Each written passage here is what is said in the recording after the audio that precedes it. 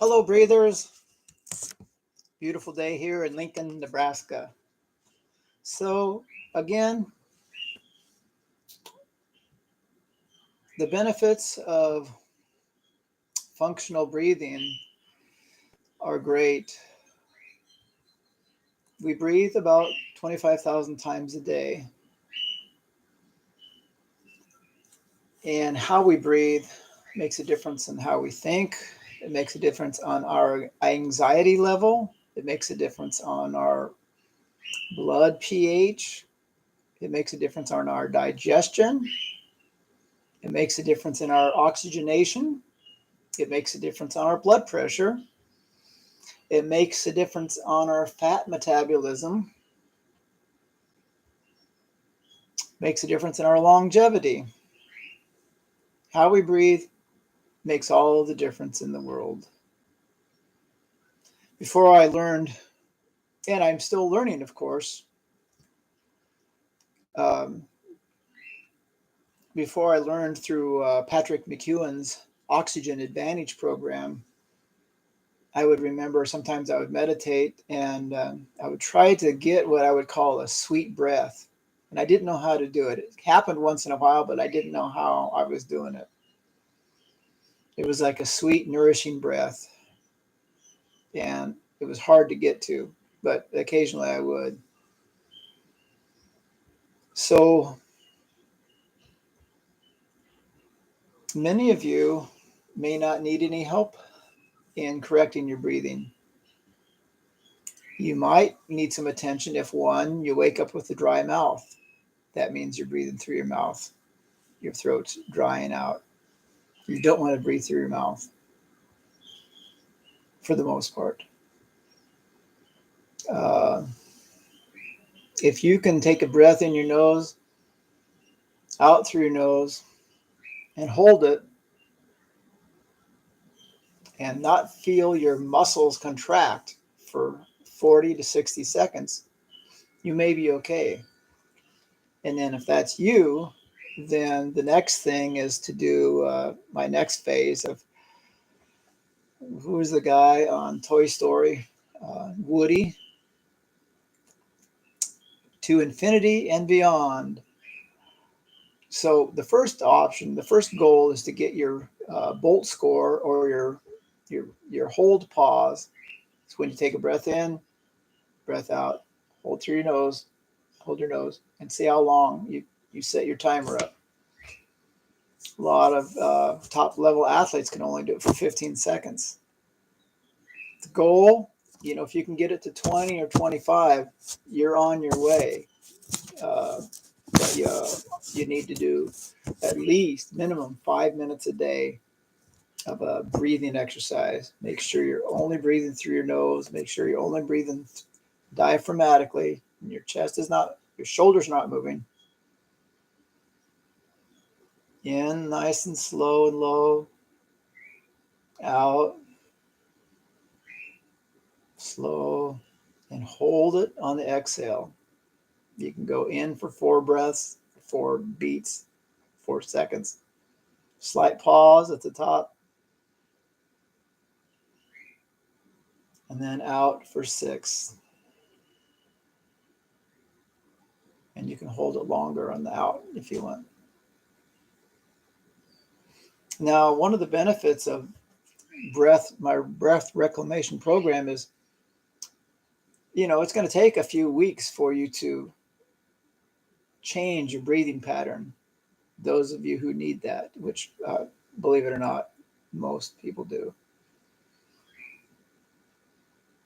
You want to only use your diaphragm, and secondary intercostal and outer costal muscles are secondary, and your scalenes are very secondary. But when you need to do something in emergency, you're going to have to do that. That's okay. But that's not your everyday breath. Your everyday breath, in through your nose, low, a lot of gas exchange in the lungs because it's slow, a lot of oxygen uptake. And you're also getting used to your carbon dioxide. The reason we breathe is to get rid of carbon dioxide. We have chemosensors in the brainstem and the lungs and the blood vessels, and they're sensitive to carbon dioxide. And we want to desensitize them to carbon dioxide. We want more carbon dioxide.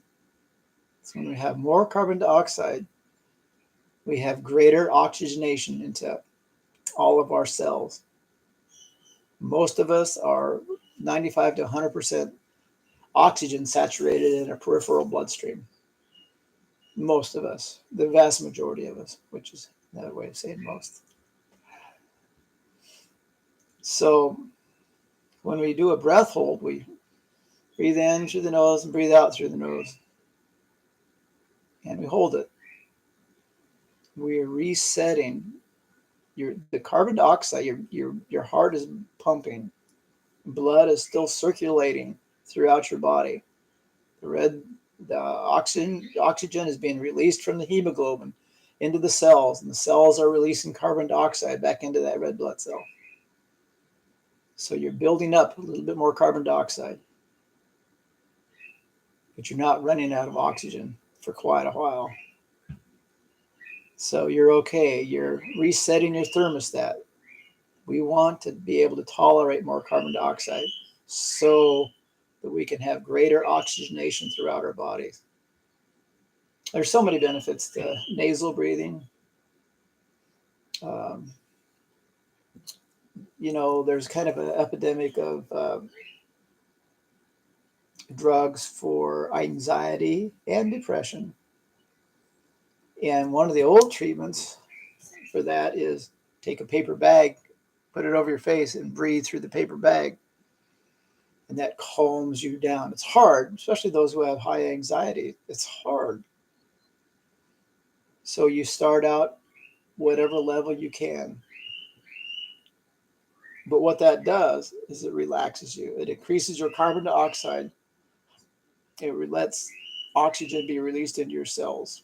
It's a fantastic thing. And that's what we do with our breath holds. So we do 5 minutes at least every day, breathing in through the nose, out through the nose, as slow as possible, as light and as deep. You're taking less breaths, but there's more volume because air is going all the way to the bottom of your lungs because your rib cage is expanding out, forward, and back. It's like a 360-degree circle, although the back does not usually expand quite as much. But practice this 5 minutes every day, and then do your breath hold test. See how long. Breath in, breath out. Close your nose. Press the timer. And then when you start your muscles involuntary start moving, then that's the time. And whatever that number is, that's your breath hold. And that's not, it's not a surefire. It's just a good measurement, and it'll differ. It'll differ. But another cool benefit is if you can get your breath hold time up to 40 seconds consistently over a period of, say, 6 months, you're almost proof against any colds. Your immune system is fantastic. It's humming along beautifully. And then it's just what is it? To the universe and beyond. That's just the beginning. There's no end to the benefits. The physiological and mental health benefits of breath hold, they go well beyond anything I've talked about so far. And it's something we do 25,000 times a day. It's easy peasy lemon squeezy. Once you become aware of the power of your breath and start to get an idea of what it really means. And I mean, it's amazing that it's ignored. It's amazing.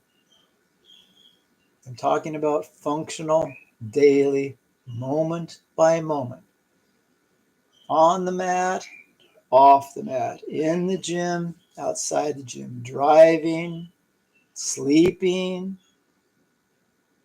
We want to be functionally breathing. If you have a CPAP, well, let's work on our breath. The CPAP machine is fantastic, but it's an external machine. You can get that through breathing functionally. Nasal breathing, low breathing. Patrick McKeown also calls it LSD. Light, slow, deep. He's going away from calling it deep, though, because it has a connotation of deep breath. A deep breath is like this.